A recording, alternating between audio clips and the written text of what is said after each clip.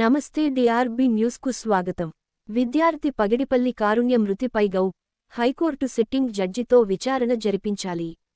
ఆదివాసీ సంఘాల డిమాండ్. ఒకే అనుమతితో మారుతి కళాశాలు 3 కాలేజీలు మరియు హాస్పిటల్లో ఏ రకంగా ఏజెన్సీ ప్రాంతంలో 1/70 చట్టానికి విరుద్ధంగా బిల్డింగులు బహుళ అంతస్తులతో నిర్మించుకుని 5వ షెడ్యూల్డ్ చట్టాలని తుంగలో తొక్కి ఆదివాసులు త్యాగలతో కూడుకున్న హక్కులను, చట్టాలను చుట్టాలుగా మార్చుకున్న మారుతి కళాశాల యజమాన్యంపై చట్ట ప్రకారంగా తీవ్రమైన కేసు నమోదు చేయాలి.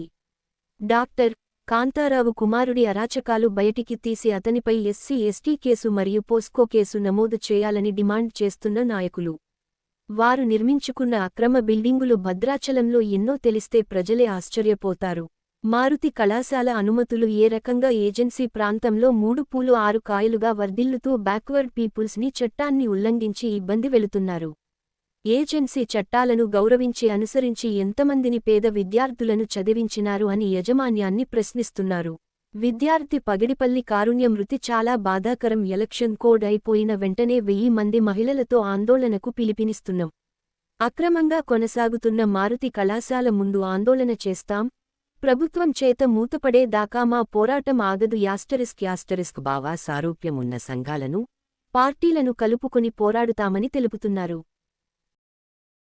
సంఘాల జేఏసీ, తుడుందెబ్బ, ఇంకా గిరిజన అభివృద్ధి సంఘం, హ్యూమన్ రైట్స్ కమిషన్ ఇండియా, మహిళా సంఘాలు అందరం కలిసి ఈరోజు దీనిపై ఏదైతే అనుమానాలు, సందేహాలు ఉన్నాయో ఆ విద్యార్థి మృతిపై మరి ఏదైతే హైకోర్టు సిట్టింగ్ జడ్జితో విచారణ చేయాలని గౌరవ పిఓ గారు దృష్టికి తీసుకురావడం జరిగింది.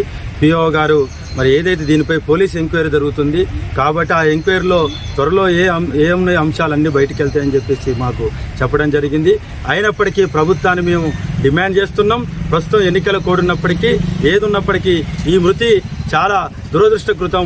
ఏదైతే కళాశాల యాజమాన్యం మాత్రం మారుతి కళాశాల వెంటనే ఏజెన్సీ చట్టాలకు, ప్రభుత్వ నిబంధనలు విరుద్ధంగా ఉన్నటువంటి కళాశాల ఒకే పర్మిషన్ తోటి 3 కళాశాలలు చేస్తున్నారు.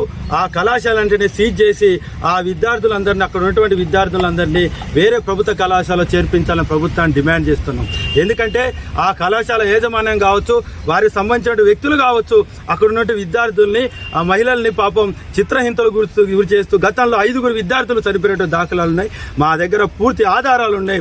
ఎట్టి పరిస్థితుల్లో ఎలక్షన్ కూడా 5 తర్వాత ప్రభుత్వం దాన్ని సీజ్ అయిపోతే ఏదైతే ఉన్నటువంటి గిరిజన సంఘాలు, ప్రజా సంఘాలు, విద్యార్థి సంఘాలు ఈ జిల్లాలో ఉన్నటువంటి అందరినీ క్రోడీకరించి బలోపేతంగా మేమే సీలేసి కూడా అక్కడ ఉన్న విద్యార్థుల్ని ఇక్కడ విముక్తి కలుగుతామని చెప్పేసి కూడా ఈ సందర్భంగా మీడియా ప్రముఖంగా తెలియజేస్తూ ప్రభుత్వం వెంటనే సిట్టింగ్ జడ్జితో విచారణ చేయాలని చెప్పేసి మేము 7వ తారీఖున గౌరవ ముఖ్యమంత్రి గారిని, అదేవిధంగా జూన్ 7వ తారీఖున గౌరవ ముఖ్యమంత్రి గారిని, అదేవిధంగా స్త్రీ శిశు మహిళా సంక్షేమం సీతక్క గారిని కూడా మా ఇక్కడ ఉన్నటువంటి బృందం అంతా నాయకత్వం ఒక ఇంటిపత్రం ద్వారా తెలియజేస్తూ ఏదైతే ఏజెన్సీ ప్రాంతాల్లో విద్యార్థుల్ని, పేద విద్యార్థులు, ఎస్సీ ఎస్టీ బీసీ సంబంధించిన విద్యార్థులందరినీ అమాయక విద్యార్థుల్ని ఈ విధంగా చిత్రం చూస్తే యాజమాన్యం సీల్ చేస్తాం.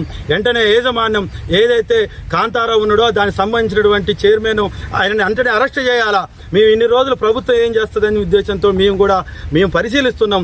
ఇక నుంచి 5వ తారీఖు తర్వాత మాత్రం దీన్ని వదిలే ప్రసక్తి లేదని చెప్పేసి కూడా తెలియజేస్తూ మహిళలందరూ, మహిళా సంఘాలు కావచ్చు, అందరూ దీనిపై స్పందించి పెద్ద ఎత్తున పోలీసు వారు ఏదో సోషల్ మీడియా పెట్టొద్దు అంటున్నారు. ఇదొక సమస్యని మీరైనా బహిర్గతం చేయండి. మీరెందుకు దాస్తున్నారు? భద్రాచలంలో నర్సింగ్ కళాశాలలో ఈ మధ్యకాలంలో ఒక దళిత బిడ్డకి అన్యాయం జరిగింది. ఆత్మహత్య ఆ యొక్క యజమాని మొత్తం కూడా చేసిందనేది మాది ప్రధానంగా మొత్తం కూడా ఆరోపణ. కాబట్టి ఈ రాష్ట్రంలో విషయం చూసుకుంటే అగ్రవర్ణాలకు సంబంధించింది వాళ్ళు ఎమ్మటే చనిపోతే వాళ్ళని ఎన్కౌంటర్ చేస్తారు. వాళ్ళకి సపరేట్గా జీవోలు వస్తాయి, సపరేట్గా మొత్తం కూడా చట్టాలు, మొత్తం దిశ లాంటి చట్టాలు వస్తాయి. ఆ రకంగా చేస్తారు.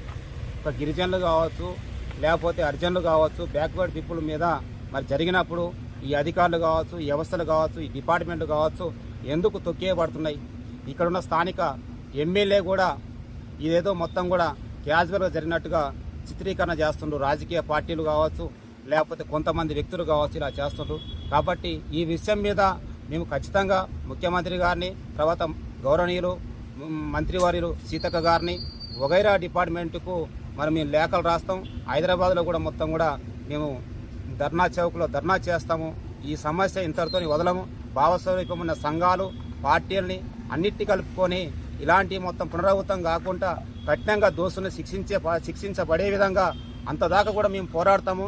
ఆ యొక్క కాలేజీని సీజ్ చేసేపు మరి వదిలిపెట్టమని ఈ సందర్భంగా హెచ్చరిక జారీ చేస్తున్నాం ఆదివాసీ సంఘాల పరంగా.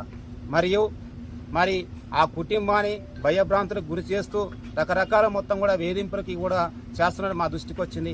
మరి సోషల్ మీడియాలో కూడా పోలీసు డిపార్ట్మెంట్ వారు మాకు కూడా ఫోన్ చేశారు, ఇంటెలిజెన్సీ కావచ్చు, ఇక్కడ భద్రాచలం సిఐ గారు కావచ్చు, మరి మీరు ఎలక్షన్ కోడ్లో ఉల్లంఘించవద్దు, మాకు ఇబ్బంది కావద్దంటారు. మరి ఎలక్షన్ కోడ్లో చనిపోయినప్పుడు ఆ యొక్క దోస్తుల్ని మీరు కఠినంగా శిక్షించాలి కదా, మా దాకా ఎందుకు మరి పని పెడుతుండ్రు? మేము ఖచ్చితంగా అంబేద్కర్ ఆశయం, అంబేద్కర్ మాకు ఏదైతే హక్కులు ఇచ్చిందో ఆ రకంగా పోరాడతాం. దీంట్లో ఎంత పెద్దవాళ్ళు ఉన్నా కానీ వదిలిపెట్టమని ఈ సందర్భంగా తెలుపుకుంటున్నాం. థ్యాంక్ యూ అండి. ఓకే.